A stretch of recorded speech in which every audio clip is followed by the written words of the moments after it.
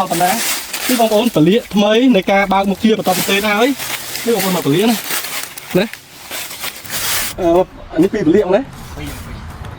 តែទៅជាមួយនឹងការបើកមុខជាថ្មីនេះពីពលាកបងប្អូនប៉ុន្តែដូចបងប្អូនដឹងស្រាប់ហើយ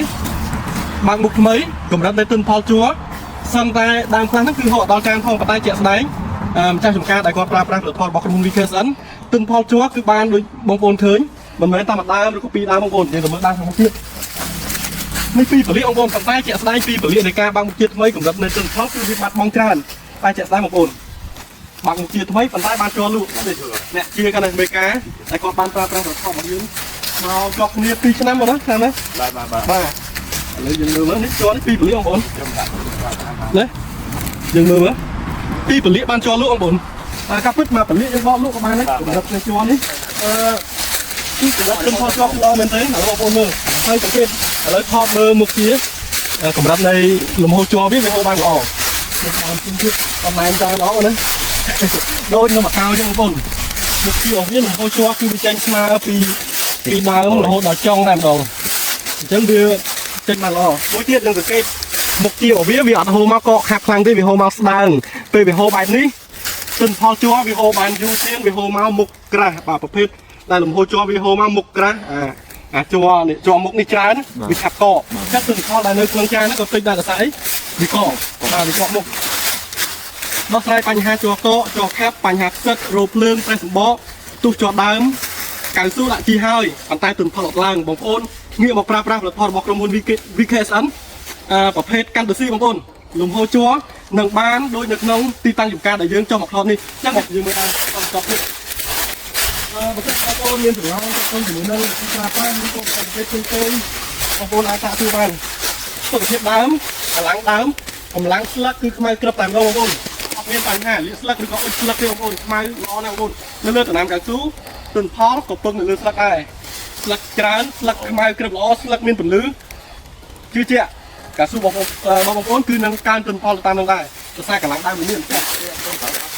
លើកពីក្រហមបាទអត់ប្រើលើកក្រហមគេប្រើលេខដាក់បានឆ្នាំជាងនេះគឺស្លឹកខ្មៅល្អវាទូទេតមកស្លឹកល្អបាទបន្ទាប់ពីប្រើហើយស្លឹកអត់មានបញ្ហាទៀតទេតែយើងអត់ទាន់ប្រើហ្នឹងដូចថាខែ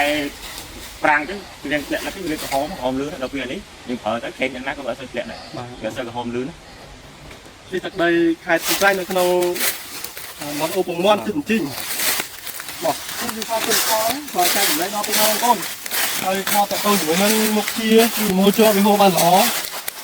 នេះដើមមិនសូវជាធំប្រហែលទេដើមមកល្មមទេបងប្អូននេះ